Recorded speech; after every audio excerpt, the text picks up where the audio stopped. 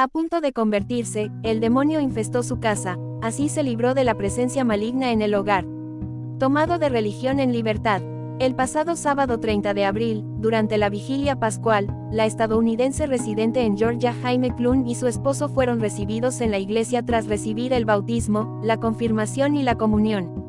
En un escrito publicado por el National Catholic Register se muestra, agradecida de participar plenamente en la fe, y poder disfrutar de la gracia y de una comunidad, pero también muestra el inquietante y tortuoso camino que tuvo que recorrer enfrentándose a obstáculos que no duda en calificar de demoníacos.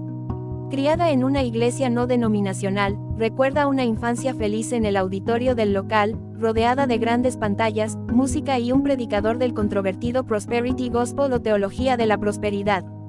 Ya con sus 2 hijos, recuerda cómo los pequeños esperaban con ansias los juegos en su escuela dominical mientras ellos compartían largas horas con otras familias jóvenes.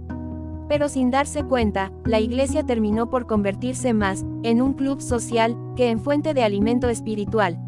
Encontrando la fe plena en la iglesia de los primeros cristianos, buscando revitalizar su fe, Jaime comenzó a estudiar la historia de la iglesia primitiva, lo que en muchos protestantes suele suponer un punto de inflexión. Y ella no fue una excepción. Descubrí que las creencias y prácticas religiosas estaban estrechamente alineadas con las enseñanzas de la Iglesia Católica. Intrigada, informé de mi descubrimiento a mi esposo y le pregunté si estaría dispuesto a asistir a misa conmigo, y él estuvo de acuerdo, cuenta. Casi de inmediato, el matrimonio admitió sentirse atraído por la tradición, la liturgia y los sacramentos de la iglesia y les bastó con un par de visitas más para concluir que, la Iglesia Católica poseía la plenitud de la fe cristiana. Convencidos de que su siguiente paso era la conversión, Jaime y su marido se inscribieron en el rito de iniciación cristiana para adultos, RICA, y dieron comienzo a su formación. Jaime Clune y su marido ni siquiera habían comenzado su proceso de conversión al catolicismo y fueron testigos de cómo había fuerzas que manifestaban su oposición. Y tan pronto como comenzó el curso, también empezó su pesadilla. Todo se rompe, luces que se encienden o apagan, ambiente negativo. Prácticamente de forma simultánea, dice, nuestro hogar se vio inundado de extraños sucesos. Entre otros muchos, recuerda que, se encendían luces en habitaciones donde nadie había entrado, un gran cristal se rompió sin motivo llenando el suelo de miles de fragmentos, las tuberías goteaban y los baños y cañerías colapsaban. Tras cambiar la lavadora por perder agua, la nueva tenía el mismo problema, pero era indetectable para el técnico. La nevera dejó de enfriar misteriosamente, el aire acondicionado se rompió y el termostato cambiaba radicalmente sin tocarse sin que el técnico pudiese ofrecer ninguna explicación y cuando intentábamos poner la misa, la pantalla de la televisión cambiaba o dejaba de funcionar, cuenta entre otros sucesos. Tras meses soportando estos y otros episodios inexplicables, la familia vio cómo sus finanzas eran duramente golpeadas y cómo incluso el ambiente en el hogar era negativo y estresante, especialmente para su marido, que veía impotente cómo las facturas se acumulaban.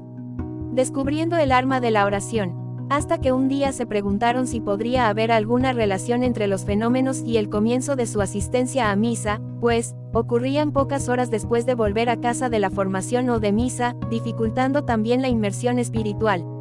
La gota que colmó el vaso fue cuando el segundo aire acondicionado se rompió y su esposo, planteó pausa el proceso de iniciación cristiana de Rica y le pedí que perseverara solo una semana más. El matrimonio, confiado en la providencia, no pudo evitar desanimarse por vivir con una ausencia total de paz unos momentos que habrían imaginado repletos de optimismo y emoción. Buscando una solución, Clune acudió a la oración, aprendí a rezar el rosario en inglés y latín.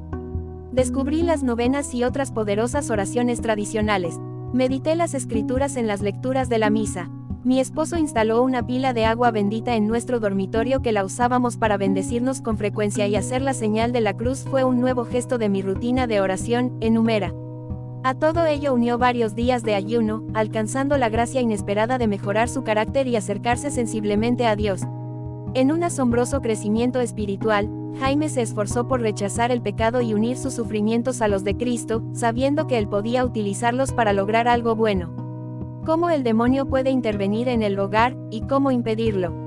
A todo ello colaboró un descubrimiento del exorcista Chad Ripperger y su libro Oraciones de Liberación para uso de los laicos.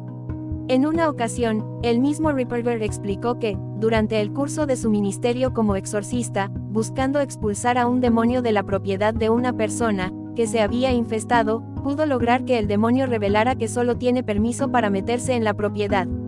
También reveló que la persona tiene que declarar claramente su autoridad sobre la propiedad para ayudar a romper el control del demonio.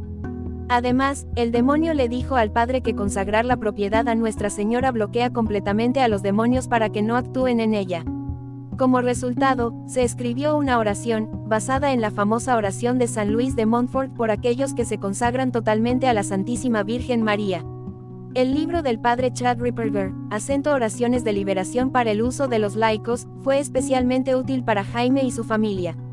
Así fue como Clun comenzó el rezo de la consagración de los bienes exteriores a la Santísima Virgen María, especialmente útil para combatir la opresión demoníaca. Y como por arte de magia, todos los fenómenos de actividad demoníaca y negativa parecían disiparse. Conforme su comunidad católica crecía, Jaime y su marido meditaban en si compartir con ellos sus vivencias o si, por el contrario, era mejor ser reservados ante un hipotético rechazo hacia ellos por haber hecho algo para merecer aquellos ataques. Sin embargo, la reacción fue la opuesta, celebra Jaime, contenta de escuchar que, no era raro que las personas pasasen por este tipo de batalla mientras se convertían o regresaban a la iglesia tras una larga ausencia. Entre las muchas ideas y aprendizajes adquiridos durante aquellos días de ataques demoníacos, recuerda especialmente la de pedir a un sacerdote que bendijese su casa. Lo hizo y antes de 24 horas ya había un sacerdote esperando al otro lado de la puerta para el rito. Y de nuevo, conforme el sacerdote iba de una habitación a otra, una misteriosa sensación de paz invadía la casa y a la familia que se acrecentó cuando colocaron la imagen del Sagrado Corazón presidiendo el hogar bendecido. El sacerdote nos animó a seguir usando el amor como arma contra el tentador. Amar a las personas que nos rodean y amar al Señor. El estrés y la negatividad habían desaparecido.